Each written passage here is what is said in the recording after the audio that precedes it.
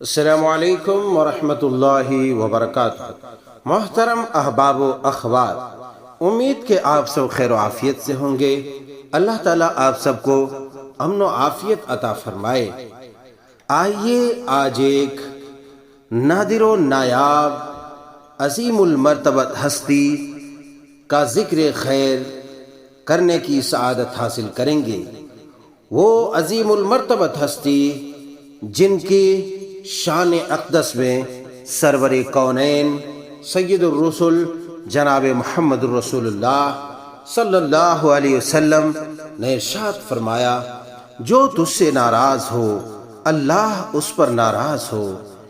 آپ نے فرمایا، میں اور تم ایک ہی خاندان سے ہیں۔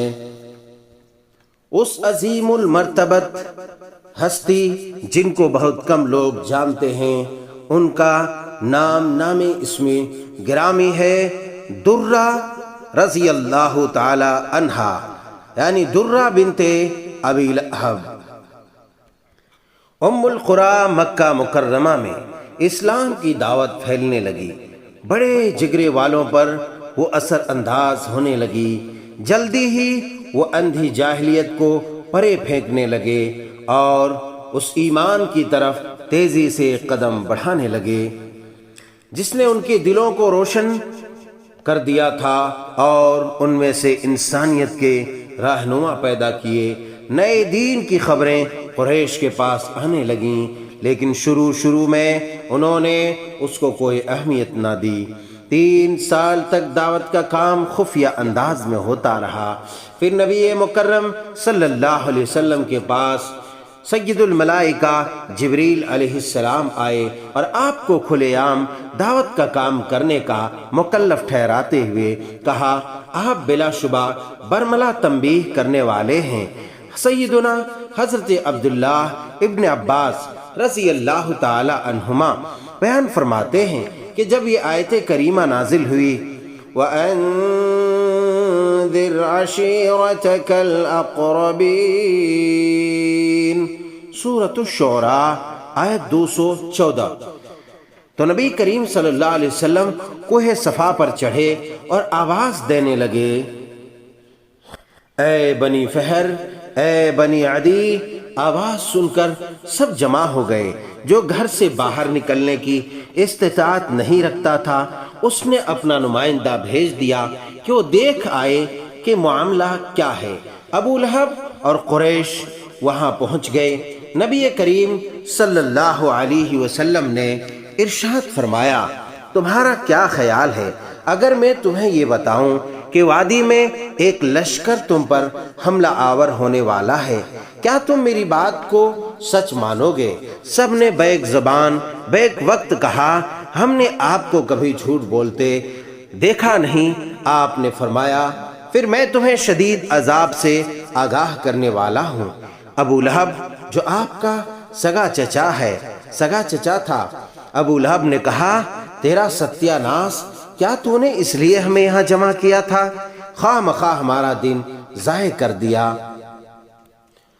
رسول رحمت صلی اللہ علیہ وسلم کے چچا کی دختر نیک سیرت بیٹی جلیل القدر صحابیہ درہ بنت ابی لہب بن عبد المطلب رضی اللہ تعالی عنہا کی سیرت جاننے سے پہلے ہم اللہ و رسول کے دشمن ان کے والد کے چند واقعات جاننے کی کوشش کرتے ہیں۔ ابو لہب دشمن رب و رسول، اللہ اور اس کے رسول کا دشمن ابو لہب رسول رحمت صلی اللہ علیہ وسلم کا چچا تھا۔ اس کا نام عبد العزیٰ بن عبد المطلب بن ہاشم القرشی تھا۔ یہ اپنے بھتیجے سید الرسل جناب محمد الرسول اللہ صلی اللہ علیہ وسلم کے ساتھ بغض رکھتا اور انہیں بہت زیادہ اذیت دیا کرتا تھا۔ اکثر و بیشتر وہ اس میں اور اس کے دین میں نقائص نکالتا۔ حسن و جمال اور چمکدار چہرے کی وجہ سے اس کی کنیت ابو لہب تھی۔ اللہ تعالیٰ نے ان کا رخ ابو النور یا ابو الضیاء کہنے سے پھیر رکھا تھا، کیونکہ ان الفاظ میں مدح و ستائش کا پہلو بھی پایا جاتا ہے۔ البتہ لہب میں صرف ناپسندیدہ اور مکروہ پہلو ہی ہے، چونکہ لہب آگ کے شعلے کو کہتے ہیں، اور پھر اس سے یہ اشارہ بھی ملتا ہے کہ اس کا ٹھکانہ بھی آگ میں ہوگا۔ ابو لہب رسول اللہ صلی اللہ علیہ وسلم کو اذیت پہنچانے میں کوئی دقیقہ فروگزاشت نہیں کرتا تھا اور نہ ہی کوئی موقع اپنے ہاتھ سے جانے دیتا تھا۔ امام احمد ابن حنبل رحمت اللہ علیہ ابو الزناد کے حوالے سے روایت کرتے ہیں۔ ابو الزناد کہتے ہیں کہ مجھے ربیعہ بن عباد نے، جو زمانہ جاہلیت میں تھا پھر اس نے اسلام قبول کر لیا، بتایا کہ میں نے زمانہ جاہلیت میں رسول اللہ صلی اللہ علیہ وسلم کو ذوالمجاز منڈی میں سوق ذوالمجاز میں دیکھا۔ آپ یہ کہہ رہے تھے، یا ایھا الناس قولوا لا الہ الا اللہ تفلحوا، لوگو لا الہ الا اللہ کہو کامیاب ہو جاؤ گے۔ لوگ ان کے ارد گرد جمع تھے، ایک خوب رو وحیلہ ساز چالاک شخص جس نے سر پہ بالوں کے 2 چوٹیاں بنا رکھی تھی، مسلسل یہ بات کہہ رہا تھا، لوگو یہ بے دین ہے، جھوٹا ہے، اس کی بات نہ ماننا، اور وہ آپ کے پیچھے پیچھے چلتا۔ میں نے پوچھا یہ شخص کون ہے؟ لوگوں نے بتایا ان کا چچا ابو لہب ہے۔ ابو لہب نے اسی پر اکتفا نہیں کیا، بلکہ اس کے خیال میں یہ تھا کہ قیامت کے دن اس کا مال اسے چھڑا لے گا۔ روایت میں ہے کہ جب رسول اللہ صلی اللہ علیہ وسلم نے اپنی قوم کو ایمان کی طرف دعوت دی تو ابو لہب نے کہا، اگر میرا بھتیجا جو کچھ کہتا ہے وہ سچ ہے تو میں قیامت کے دن اپنا مال اور اولاد فدیہ میں دے کر اپنی جان عذاب سے چھڑا لوں گا۔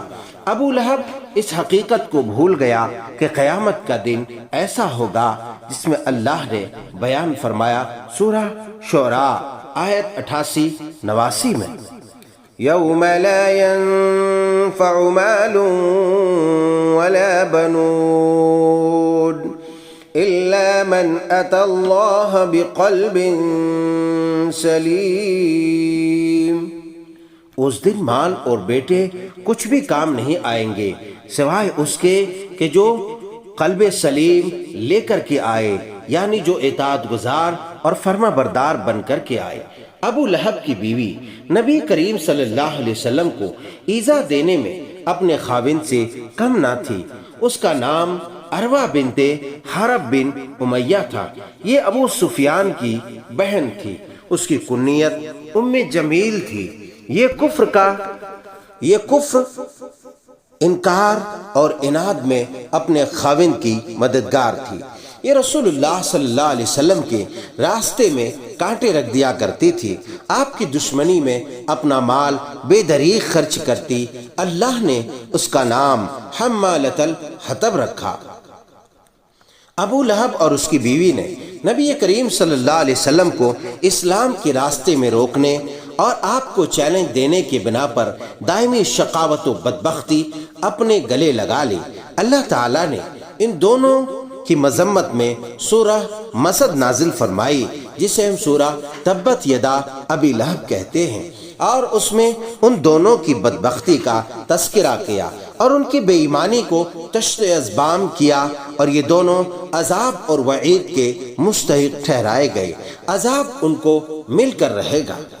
ابو لہب کا انجام انتہائی بدترین اور خطرناک ہوا۔ ابو لہب کی موت کے بارے میں تاریخی حوالے کی کتابوں میں مذکور ہے کہ جب وہ غزوہ بدر کے بعد فوت ہوا، وہ مسلمانوں کی کامیابی سے بہت دل گرفتہ ہوا۔ اللہ نے اسے طاعون کی بیماری میں مبتلا کر دیا، جس سے وہ ہلاک ہو گیا، مر گیا۔ 3 دن اسے دفن نہ کیا گیا، اللہ اکبر، جس کی وجہ سے اس کے جسم میں بدبو پیدا ہو گئی۔ پھر اس کے بیٹے نے دور سے اس پر پانی انڈیل کر اسے غسل دیا۔ اسے خطرہ تھا کہ طاعون کی بیماری کہیں اس کو نہ لگ جائے۔ قریش اس سے اسی طرح بچتے تھے جس طرح طاعون سے بچتے ہیں۔ پھر وہ اسے اٹھا کر مکہ کی بالائی جانب لے گئے اور ایک دیوار کے ساتھ اس کے لاشے کو رکھ کر اوپر پتھر چن دیے۔ عزیزان گرامی، اکثر دشمن اسلام اور جو شدید مخالفت اور شقاوت و بدبختی پر اتر آتا ہے، اللہ اور اس کے رسول کے خلاف جنگ کرتا ہے، اس کا حال دردناک اور عبرتناک ہوا کرتا ہے۔ اس طرح اللہ تعالیٰ نے اسے اپنے مضبوط گرفت میں لے لیا۔ خطرناک قابل نفرت بیماریاں اس پر حملہ آور ہوئیں۔ اسے ایک ایسی بیماری نے اپنی لپیٹ میں لے لیا جو لا علاج ہوتی ہے، وہ انسان کی جان نہیں چھوڑتی۔ اس کا بیٹا اس سے نفرت کرنے لگا، دوست اس سے دور بھاگنے لگے، گھر والے اس سے کنارہ کشی کرنے لگے۔ یہ سلوک تو اس کے ساتھ دنیا کی زندگی میں ہوا، اور آخرت کا عذاب تو اس سے کہیں زیادہ سخت اور نہ ختم ہونے والا خطرناک اور دردناک ہے۔ اللہ تو وہ ہے جو مردے سے زندہ کو نکالتا ہے اور زندے کو مارتا ہے۔ اس تاریک اور خوفناک فضا میں درہ بنت ابی لہب رضی اللہ تعالی عنہا نے پرورش پائی۔ وہ یہ دردناک واقعہ دیکھتی تھی، لیکن اس کی عقل و دانش اس سب کچھ کا انکار کرتی جو اس کا والد ابو لہب کرتا، جسے اس کے وافر مال، بڑے خزانے اور جمع شدہ پونجی نے کچھ فائدہ نہ دیا۔ ان سب پابندیوں کے باوجود اسلام نے ان کے صاف دل کی طرف راستہ بنا لیا۔ اسلام کی آواز ان کے کانوں میں پڑی، وہ مکہ معظمہ میں مسلمان ہو گئی۔ فللہ الحمد۔ اللہ تعالیٰ نے اسے شرک کی تاریکیوں سے اسلام کے نور کی طرف نکالا۔ وہی تو ہے جو مردے سے زندہ کو نکالتا ہے۔ سیدہ درہ رضی اللہ تعالی عنہا مدینہ منورہ کی طرف ہجرت کر گئی۔ اللہ تعالیٰ نے ان کے لیے سعادت اور توفیق لکھ دی۔ انہوں نے مہاجرات کا اجر و ثواب پایا۔ اس طرح مسلمان خاتون کی تاریخ میں وہ بڑے بلند مقام پر فائز ہوئی۔ انہوں نے ان حالات کا چیلنج قبول کیا جس نے اسے اپنے گھیرے میں لے رکھا تھا۔ درہ کی شادی حارث بن نوفل بن حارث بن عبد المطلب سے ہوئی، جس سے عقبہ، ولید اور ابو مسلم پیدا ہوئے۔ اس کا خاوند جنگ بدر میں حالت شرک میں قتل ہوا۔ اس کے بعد سیدنا دحیہ کلبی رضی اللہ تعالی عنہ نے ان سے شادی کی۔ نبی مکرم صلی اللہ علیہ وسلم کی نگاہ مقدس میں سیدہ درہ رضی اللہ تعالی عنہا کا مقام و مرتبہ بڑا ہی بلند تھا۔ مدینہ منورہ میں سیدہ درہ رضی اللہ تعالی عنہا نے صحابیات میں اپنا ایک مقام و مرتبہ بنا لیا تھا، لیکن بعض خواتین انہیں شک کی نظروں سے دیکھتی تھی، جس سے یہ دل گرفتہ ہو جاتی۔ ان خواتین کا یہ خیال تھا کہ یہ اللہ کے دشمن ابو لہب کی بیٹی ہے، لیکن نبی کریم صلی اللہ علیہ وسلم نے یہ ارشاد فرما کر فضا کو صاف کر دیا۔ آپ نے یہ ربانی پیغام سنایا، لا تزر وازرة وزر أخرى وأن ليس للإنسان إلا ما سعى وأن سعيه سوف يرى ثم يجزاه الجزاء الأوفى۔ سورہ نجم آیت 38 سے 41۔ اللہ نے جو پیغام دیا وہ یہ ہے کہ کوئی شخص کسی دوسرے کا بوجھ نہ اٹھائے گا، اور یہ کہ ہر انسان کے لیے صرف وہی ہے جس کی کوشش خود اس نے کی، اور یہ کہ بے شک اس کی کوشش عنقریب دیکھی جائے گی، پھر اسے پورا بدلہ دیا جائے گا۔ تاریخی حوالے کی کتابوں میں ملتے جلتے اسالیب کی صورت میں یہ واقعہ بیان کیا ہے کہ درہ بنت ابی لہب رضی اللہ تعالی عنہا ہجرت کر کے مدینے پہنچی۔ رافع بن معلہ انصاری زرقی رضی اللہ تعالی عنہ کے گھر قیام کیا۔ بنی زریق کی عورتوں نے اس سے کہا، کیا تو اس ابو لہب کی بیٹی ہے جس کے بارے میں اللہ تعالیٰ کا ارشاد ہے، تبت یدا ابی لہب وتب ما اغنى عنہ مالہ وما کسب۔ معنی یہ ہوا ابو لہب کے دونوں ہاتھ ٹوٹ گئے اور وہ خود ہلاک ہو گیا، نہ تو اس کا مال اس کے کام آیا اور نہ اس کی کمائی۔ کہنے لگیں، تیری ہجرت تجھے کیا فائدہ دے گی؟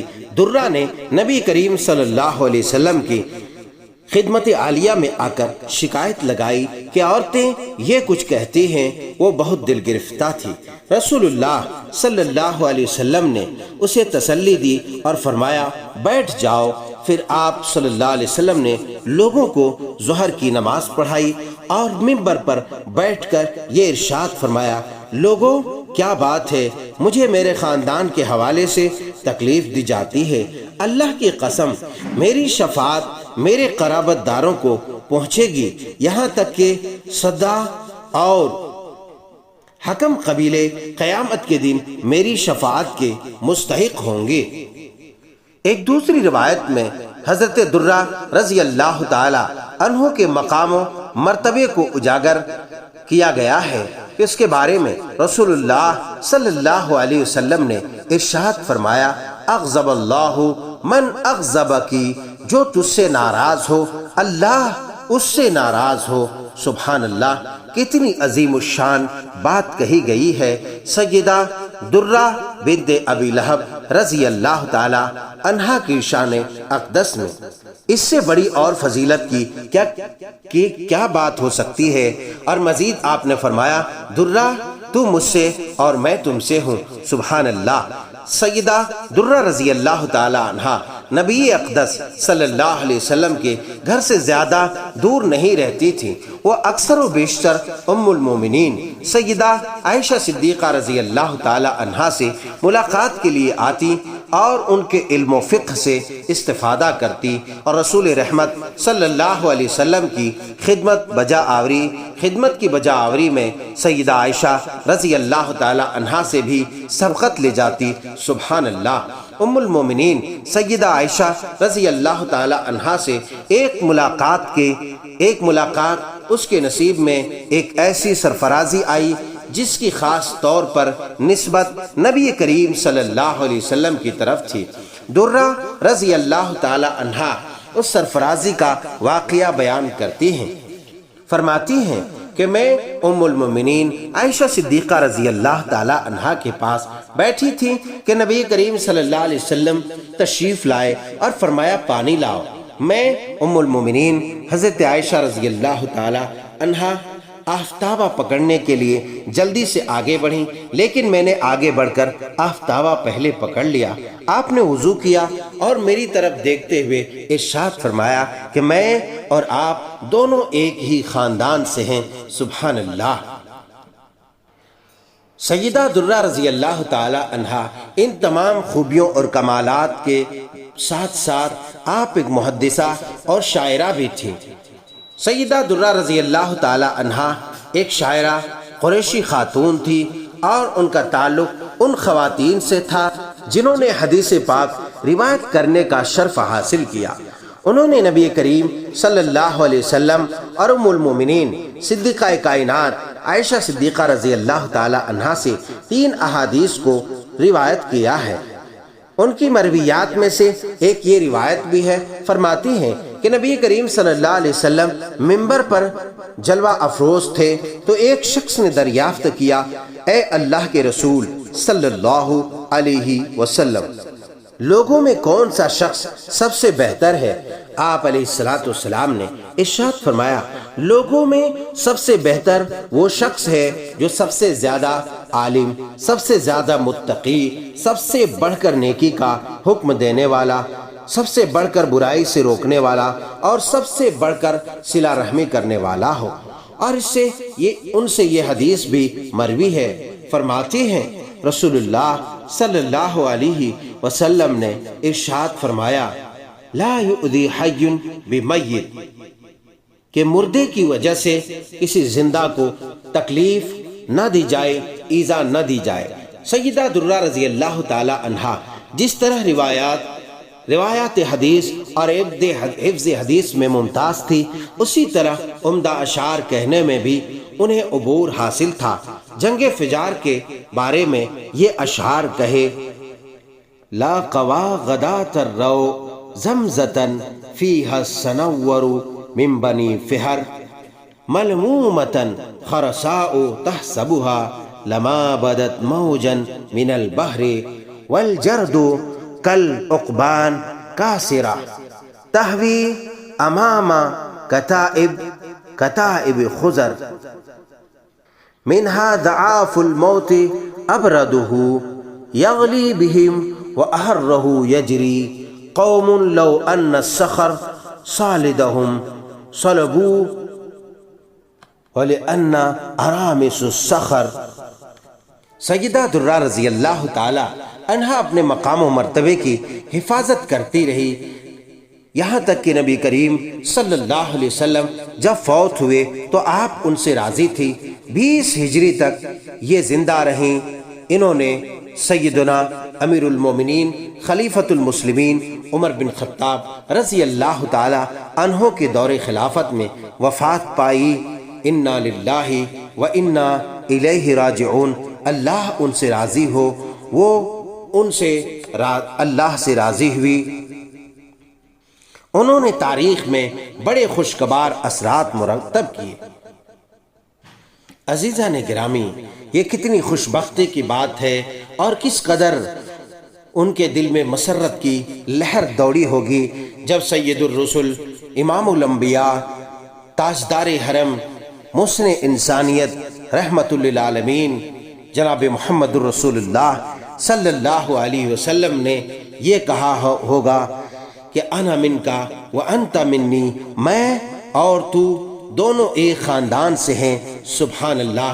عزیزان گرامی، تو یہ سماعت فرما رہے تھے سیدہ درہ بنت ابی لہب رضی اللہ تعالی عنہا کی مختصر سیرت طیبہ۔ امید کہ آپ کو پسند آیا ہو، اور یہ وہ نایاب خاتون ہیں جن کا تذکرہ آپ نے بہت کم سنا ہوگا۔